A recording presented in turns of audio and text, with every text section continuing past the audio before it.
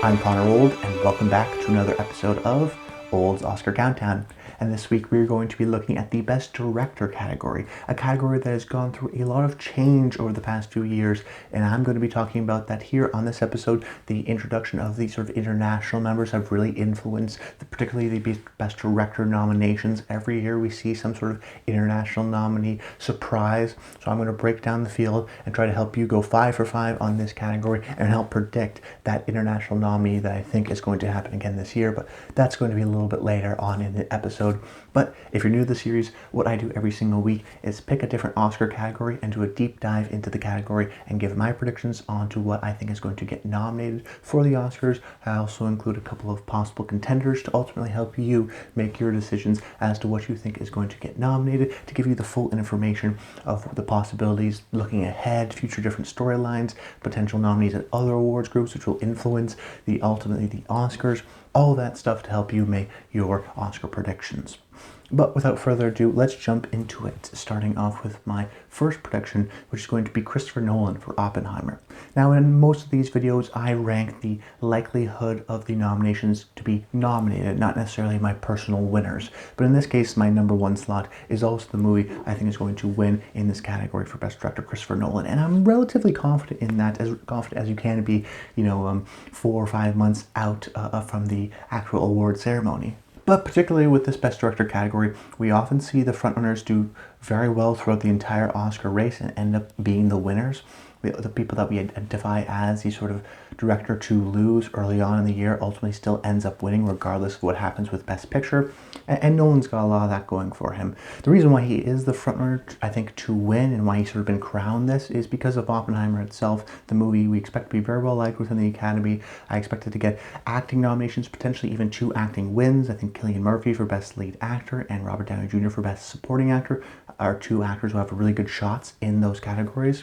But then you also have an appreciation of the technical parts of the film. Nolan has always been a director who's had a real mastery of that side. Dunkirk getting a lot of wins and nominations. Same thing with Inception. So if we expect Oppenheimer to be an Oscar movie, we expect those nominations to also follow suit. So for Oppenheimer, score, cinematography, editing, below the line nominations. And what does that indicate to us? Indicates that to us that, well, all elements of the movie are really good. So ultimately you have to respect the director, that director who was able to achieve that. And this is definitely what Oppenheimer is, sort of a capital A achievement, to get this big ensemble, to have great performances, but to also have, a great period piece to tale, doing it in color, also in black and white. Very ambitious film. And then of course I think just as a celebration of Nolan as a director, the reason why this movie made almost $1 billion at the box office is because of him, it's because of his brand and his focus on the movie theater experience, which I think is going to resonate with a lot of directors. So definitely I think almost a lock for a nomination. But in terms of the win, the reason why I'm kind of confident in him winning is because in most years, usually the front runner in this category ends up winning. So we see directors like Jane Campion or Alfonso Cuarón, who are even some like Damien Chazelle in La La Land, are identified pretty early on as the sort of singular achievement personal film or the sort of most impressive directed film of the year, and they end up winning in March, even when they're sort of the frontrunners in September or October. Even when their movies may not win for Best Picture, when we see surprises, Green Book, Coda, the directors weren't even nominated, so they won't even get the win. So there is a bit of a separation between Best Picture and Best Director, more so than people would think. So Oppenheimer doesn't even need to win Best Picture for Nolan to win for Best Director. I think regardless, the movie, the success of the movie, the sort of ambitious nature of the movie will give him enough sort of support to win. He also has enough international support, being British, so he has that sort of English connection, as well as being supported by a lot of members of the American branch of the Academy. But sometimes there are upsets. Just look at last year. I thought it was Steven Spielberg's award to lose, and then all of a sudden he runs into the sort of incredible sort of momentum of Everything Everywhere All at Once, and the Daniels end up winning that award. So when we're looking at a potential sort of spoiler for Nolan not to win, you have to look at some of the other movies, and you can go, okay, is it going to be the Holdovers or Past Lives? They could win Best Picture and maybe do a steamroll, but those movies aren't really director-focused necessarily movies. Most focused on sort of writing and the story, necessarily the technical elements. And then you look at other movies, like maybe Martin Scorsese wins for Killers of the Flower Moon, But with Martin Scorsese's recent luck, that's not necessarily a positive sign for him. He hasn't been doing as well at the Oscars in terms of wins. Getting the nominations, yes, but not necessarily in terms of wins. And then what about someone like Bradley Cooper for Maestro, potentially, if that movie really resonates, but that didn't do super well at Venice in terms of reception, so maybe he doesn't have the international support there. So you try to figure out, well, listen, it was Steven Spielberg's award to win last year, but he'd already won 2 other Oscars before, so there was, and the strength of Everything Everywhere All at Once sort of just overtook it. And then you take a movie like this year, and you go, what is the sort of number 2 potential upset winner? I guess it's Yorgos Lanthimos for Poor Things, if that movie really resonates, but it's going to be tough to topple Nolan because he's a well-established director, he has his fans, he's never won before, so I think that this is going to be sort of a It's Time award for him. And the movie made almost $1 billion at the box office, so it's a great sign of support for the theatrical experience, something which the directors really care about. All the stars are aligning for Nolan right now, so I think he's in the front to get a nomination, but also to win. Now let's talk about the rest of the field of who's going to get nominated if we think Nolan's going to get nominated and win, because that's also very interesting. So my second pick is going to be Martin Scorsese for Killers of the Flower Moon. And this is an easy kind of a nomination to predict, even though I'm not super confident that it's going to say win. I still have it in my second slot because I think Killers of the Flower Moon is going to get nominated for Best Picture. And if you look at every single Martin Scorsese movie that got nominated for Best Picture, every single one, Martin Scorsese also got nominated for Best Director. So even in years where movies like Hugo or Wolf of Wall Street, or you could even say The Irishman, where they were sort of weaker Best Picture contenders, they didn't really have a strong shot of winning Best Picture. It didn't matter. Martin Scorsese was still nominated for Best Director, and that makes sense. He's sort of seen as the grandfather of cinema, one of the greatest directors of all time. He's been doing a lot of press and promotion for the film. His movies and his sort of style is very obviously sort of recognizable, so it makes sense for him with this movie, which is highly critically acclaimed, and is sort of this 3-hour-long epic, working with his past collaborators, is very much still a Martin Scorsese movie, but is also still ambitious and has, I think, similarly to Oppenheimer, it will get technical nominations, production design, editing, things like that, but then also get the acting awards, potentially 3 acting nominations for De Niro, Lily Gladstone, and Leonardo DiCaprio. So it has that sort of broad support. Scorsese, well-liked member of the Academy. I mean, he gets nominated for Best Director, even when his movies don't get nominated for Best Picture, if you go all the way back to The Last Temptation of Christ in 1988. So well respected. I don't need to tell you that about Martin Scorsese, but he's got a movie that's going to be nominated for Best Picture, so therefore slot him in to Best Director.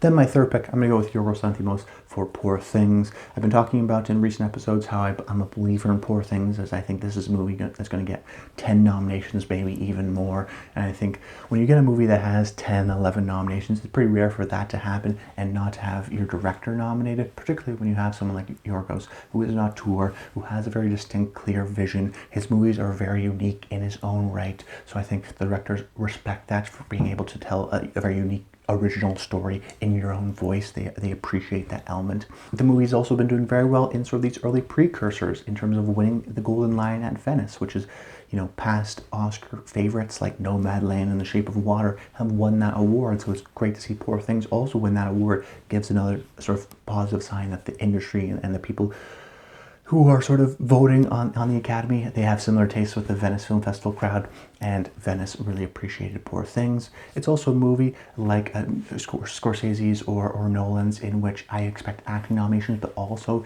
below the line technical nominations as well. It has very sort of unique, strange acting performances, which will get its actors nominated from past nominees and well-liked Academy members, but then also has strong technical appreciation. If you look at a movie like The Favorite, Yorgos Lanthimos' last movie, that got nominated for cinematography and production design and costume design. I expect a similar thing to happen here with Poor Things, because if you've seen the film, it's light sci-fi, it's got some costume design choices that are sort of very unique and different. It's got a very unique visual style and world that it's built. So I think people appreciate that in terms of the sort of the costume design and the production design side of things. So if anyone is to usurp Christopher Nolan, it could be that Poor Things just really resonates with the Academy, but I still don't think that's going to happen. But I still think it's going to get very well appreciated by the Academy and get Yorgos a nomination here.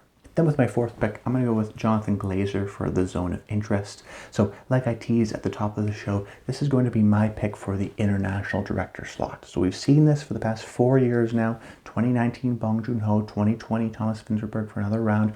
2021, Ryusuke Hamaguchi for Drive My Car, and last year, 2022, Ruben Östlund for Triangle of Sadness. Every year, there's this sort of surprise nomination that no one really predicts going into the Oscars. And it always goes to an international director, a director who doesn't either make American films or usually makes international-based films, oftentimes maybe winning awards at, say, Cannes or other international film festivals. And every year we're surprised, and every year we get it wrong. Now, some years it's a little bit hard to predict what the international slot's going to be, but regardless, we still see that international slot be continued to happen every single year. Now, you may go, Connor, maybe that's just a coincidence. It may be, but I also don't think it's a coincidence, because if you look at 2020, when the Academy really started to expand their membership, who did they expand their membership to? International members. They really grew the Academy internationally. And guess what? They're not inviting Danish camera grips into the Academy. They're inviting international auteurs and international writers and international actors that have a little bit of prestige. So it makes sense. 2020, the Academy starts to really brand internationally. And then in the Oscars for 2021 and 22, we see, particularly within the director's branch, a strong international focus, because a lot of the Academy members that they're inviting to the Academy, the international members, are directors. They're not necessarily below the line people. So that's something to keep in mind, and it makes sense why we're seeing this. So I don't think this is a coincidence. I don't think this is a one-off. I think this is a start of a trend, and we have to be aware and recognize that, which is why I'm going with Jonathan Glazer. Now, this year we have two potential international movies that could get nominated for Best Picture: Anatomy of a Fall and The Zone of Interest. Two movies I actually think both of them will get nominated for Best Picture. So then the question is, okay, well, if Ryusuke Hamaguchi gets nominated for Drive My Car, and Drive My Car gets the Best Picture nomination, and the same thing with Triangle of Sadness and Ruben Östlund, is it going to be both of them? Maybe. Or is it just going to be one of them? And if it is just going to be one of them, who is it more likely to be? And for me, the obvious answer was Jonathan Glazer for The Zone of Interest. Why is that? Well, if you look at Cannes, where both movies were awarded prizes, Anatomy of a Fall was nominated for and won, the Palme d'Or, the big prize, but the sort of number two prize, the Best Director prize, the Grand Prix, went to Jonathan Glazer. So already in a competition, they recognize The Zone of Interest for its directing achievements, and Anatomy of a Fall more as a holistic picture achievement. Then you look at the past nominees: Ruben Östlund, Thomas Vinterberg, Bong Joon-ho. These aren't sort of brand new directors that no one's heard of. They are international auteurs. Bong Joon-ho, people had seen Snowpiercer. Ruben Östlund, people had seen The Square. People forget. Triangle of Sadness won Palme d'Or, but Ruben Östlund's previous film, The Square, also won the Palme d'Or. So he's been an established, serious auteur. So you take the two directors this year, Jonathan Glazer and Justine Triet, one for Anatomy of a Fall, one for The Zone of Interest. Well, Jonathan Glazer is an established auteur. He's worked with Hollywood actresses, Scarlett Johansson, Nicole Kidman, Ben Kingsley, and he's established a brand and is a known identity. I think a lot of people know Under the Skin as one of the most interesting sci-fi movies of the past decade. Whereas Justine Triet, it's very early on in her career. She's made mostly French films that haven't necessarily transcended into international acclaim. This is really her first big movie. So when we're talking about who the director's branch is going to nominate, they're going to nominate an international auteur, not necessarily an international director. Because if you look at last year, 2022, Ruben Östlund got nominated above someone like Edward Berger for All Quiet on the Western Front. Even though Triangle of Sadness won no Oscars, and All Quiet on the Western Front won 4, even though All Quiet on the Western Front got nominated for, 9 Oscars, and Triangle of Sadness only got nominated for 3, you would think, okay, well, the movie that got nominated for 9 Oscars, and the movie that got nominated for 3 Oscars, well, the director probably got nominated of those 9. And it didn't have it that way. Even though they liked All Quiet on the Western Front more than Triangle of Sadness in terms of all the other nominations, they didn't nominate Edward Berger, who was an international German director. They didn't nominate him in that slot because he was sort of an unknown director. He hadn't had the breadth of sort of auteurship and past international acclaim for his films like a Ruben Östlund did. So who they give it to? Ruben Östlund. So we see these international directors get nominated every year. They're usually from the pre-existing auteurs. Jonathan Glazer, even though he's English, the movie is being positioned and is not completely in English and is also positioned as an international feature. It's being submitted by England as an international feature, so it's probably going to win the international feature aspect award, at the Oscars. So it has that international aspect to it. It's being positioned that way.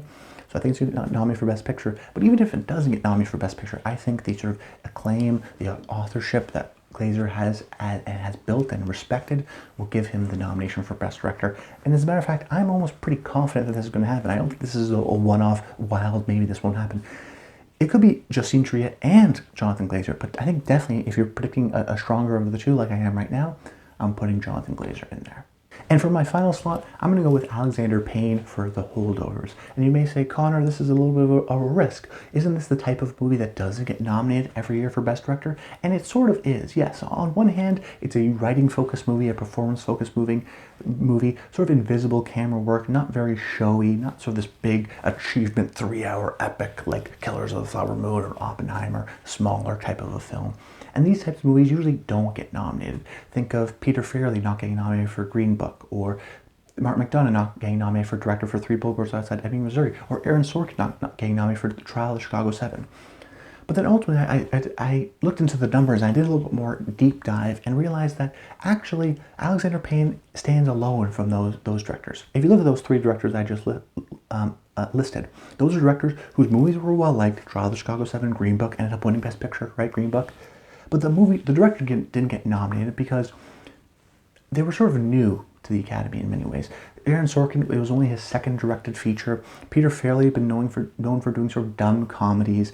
Even Martin McDonagh, he had a couple of hits, but smaller hits in Bruges. They weren't Academy movies. None of their past movies were Academy movies. This was their first shot. And as a result, they gave them a Best Picture nomination and some other nominations, but they didn't give them the director. They didn't want to be sort of too hastily and say, you're a great director. You could even say something like Bradley Cooper for A Star is Born. That was his first directed movie. They really liked the movie. We're going to nominate for Best Picture. We're not going to nominate you for Best Director. A little bit of an exclusivity aspect to that sort of fine lineup that the directors have.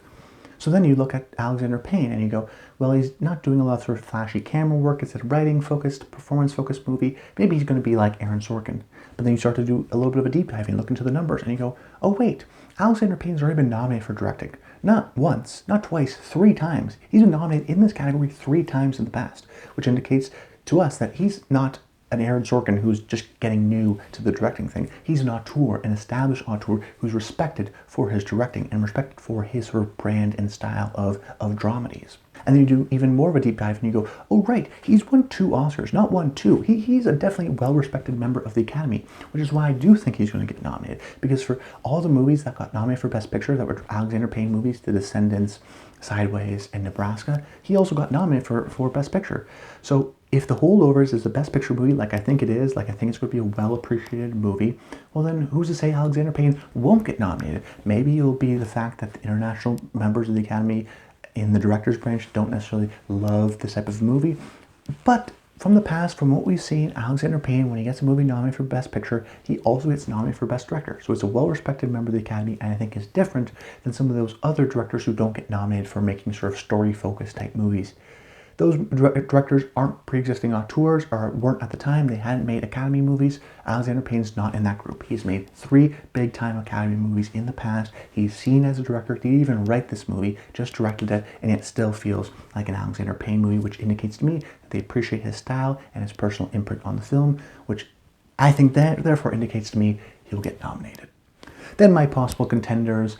My 2 possible contenders are sort of swaps for either my 4th production or my 5th production. So instead of the international director Jonathan Glazer, it could be my first possible contender, Justine Triet for An Abbey of a Fall.